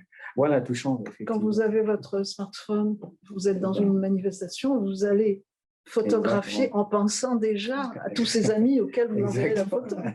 Et la photo n'est plus du tout la même que si vous aviez votre appareil réflexe analogique et que vous pensiez réaliser une photo qui sera un jour exposée au musée du jeu de paume. Et que le clic coûte. Et que les clics écoutent. Alors, Que les clics écoutent. maintenant, il est presque... Donc, tout ceci est passionnant. Nous parlons de photographie, d'appareils, de choses très matérielles, mais elles nous renseignent tellement sur le fonctionnement du monde. Alors, Ramona, j'ai quelque chose à vous dire. Revenez au séminaire, puisque tout a changé, tout évolue. Vous serez la bienvenue. Tout évolue en bien. Il y a une question que je vais lire, mais j'avais une remarque aussi sur le... Il y a des photographes aujourd'hui ou des amateurs qui cherchent des appareils anciens, des appareils russes, des appareils, les appareils à développement, comment s'appellent ces appareils? On avait le produit, le développeur, le produit à l'intérieur. Il y a un retour, et même parfois des photographes professionnels qui retournent à ces... Aux techniques anciennes. Aux gestes anciens. Comme une forme d'expérimentation aussi, c'est-à-dire qui peuvent être très intéressés. Les modes aussi. Oui, cet aspect-là. Alors, ce sont les... Bon, je cite encore Jean-Marie Fadier, parce que... Et puis, ce que j'ai dit tout à l'heure aussi, c'est qu'on a cessé l'expérimentation. À partir du moment où vous avez des appareils qui vous donnent des images. Mais l'expérimentation, elle était en cours et elle aurait pu continuer sur l'argentique. C'est ce que fait Jean-Marie Fadier. C'est-à-dire qu'il interroge un monde où le numérique domine, mais lui va interroger les techniques de l'argentique, de l'analogique, c'est-à-dire le révélateur, le fixateur. Voilà, en pressentant que les expérimentations ne sont pas achevées et qu'il y a encore beaucoup à trouver, à définir, ne serait-ce que esthétiquement, mais aussi socialement, mais aussi dans une pensée de l'appareil, de la surface sensible. Voilà sa démarche. Je trouve ça très intéressant. Très, très intéressant. Et puis, on peut penser aussi que l'usage du smartphone donnera lieu aussi à des expérimentations. Bien sûr. J'ai l'impression que chaque instrument technique peut être exploré. C'est un plaisir, ça peut être un plaisir d'avoir un instrument qui peut être limité par moment, qui développe la créativité, du coup. C'est comment l'exploiter au mieux. Je vais vous lire Vous parliez du Polaroid. Oui, voilà, le Polaroid. J'arrivais plus à trouver le mot. Pourtant, Dieu sait si c'est l'époque de mon enfance. Voilà, il y avait le fameux Polaroid des artistes. On a beaucoup expérimenté. Bien sûr, bien sûr. Donc, je vous lis une question encore de Ben Mokhtar, qui est très prolixe. Et qui écrit « Le rapport texte-image pose un réel problème, celui du sens des mots. Les enfants ont plus tendance à comprendre par l'image, la photo, que par les mots. Cela, en effet, encourage et développe le sens du regard, mais parfois au détriment de celui de l'écoute et du verbal. Sachant bien que l'interprétation de l'image ou de la photo se fait exclusivement par la parole. La photo risquerait-elle de devenir l'art du regard et du mutisme dans une société de plus en plus cloisonnée? » Oui, la remarque est passionnante, intéressante. Voilà, je ne peux rien dire sur l'avenir, certainement. Est-ce qu'elle nous rend plus muets, moins habiles à parler? Ce n'est pas impossible. Ce n'est pas impossible. En tout cas, elle fait parler les muets. Les objets, les animaux, les végétaux, ça c'est sûr, la photographie fait parler les muets. Est-ce qu'elle nous rend muets? Mais la même chose, c'est de dire que souvent on a l'impression que le mot, c'est du son. Ce n'est que du son. Alors que le mot, c'est aussi une image. C'est-à-dire que si on dit une vache, il y a ces vaches, des images, bien sûr. Il y a une image, il y a des images. Donc le mot aussi, c'est aussi des images. En fait, le mot, malgré ce qu'on dit, est une expérience passée qui a été, dont le côté matériel a été dissipé par je ne sais quelle stratégie, mais qui, quand on regarde bien dans la philologie, dans les études sur l'histoire des mots, on voit très bien. Il y a des cas où, par exemple, quand j'étudiais les photographes en Afrique, je demandais à des gens, j'ai fait circuler une liste de mots. Dans ces mots-là, il y avait angle. Ils disaient, mais qu'est-ce que c'est qu'un angle? En fait, quand on m'a donné le mot dans une ethnie qui est au Mali, chez les Sangs, au Mali, au Burkina, le mot angle, en fait, c'est ça, c'est les aisselles. Donc, on voit très bien que il y a des moments où le corps est la mesure des choses aussi, et que les relations sociales sont la mesure des choses. Mais là où la remarque est justifiée, c'est que cette genèse du mot est elle-même oubliée. Ah oui. Voilà, elle est oubliée. Donc, il faudrait peut-être à un moment retrouver une sorte de... Retrouver les étymologies. Voilà, les étymologies, même dans l'écriture scientifique, on est souvent surpris par la réduction du sens des mots parce que l'étymologie n'est pas suffisamment utilisée. Donc, souvent, on ne sait pas trop comment ça fonctionne, quel est le sens, comment ça évolue. Dans toutes les langues, ça existe. Donc, Vous savez, les premiers photographes, surtout anglais, étaient passionnés par l'étymologie. Voilà. Et ils ne distinguaient pas les domaines littéraires, des domaines techniques, physiques.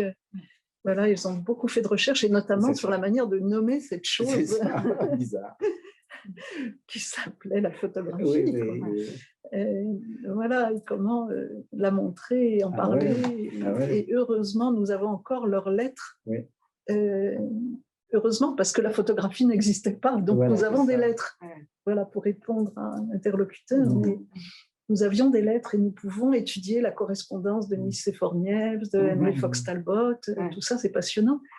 Et la correspondance de Niepce, sur des années, bien sûr, nous montre, nous fait lire le récit complet d'une découverte sur une vingtaine d'années, au moins, ce qui est exceptionnel. On a un récit d'une découverte scientifique qu'on a appelée ultérieurement la photographie, mais qui n'avait pas de nom. Et voilà, donc on avait ce récit. Alors effectivement, là, l'image fait qu'on n'a plus ces mots. Voilà, c'est ça. Et Nicéphore Niepce lui-même avait une espèce de passe, de carte d'identité, si vous voulez, mais sans photographie, bien sûr, où on décrivait l'homme. Voilà, on décrivait les gens à l'aide de mots. Quand il y a eu la photographie, fin 19e, voilà, comme pièce identitaire, eh bien, voilà, ces descriptions ont disparu. Je ne pense pas qu'il faille les regretter. Je pense que juste, il faut essayer de comprendre les images, les maîtriser, voir leur profondeur, leurs enjeux. Et comme on dit, l'analphabète du XXIe siècle, c'est celui qui ne comprend pas les images. Voilà, est-ce qu'il faut regretter l'absence de mots, l'absence de lettres, l'absence de courrier?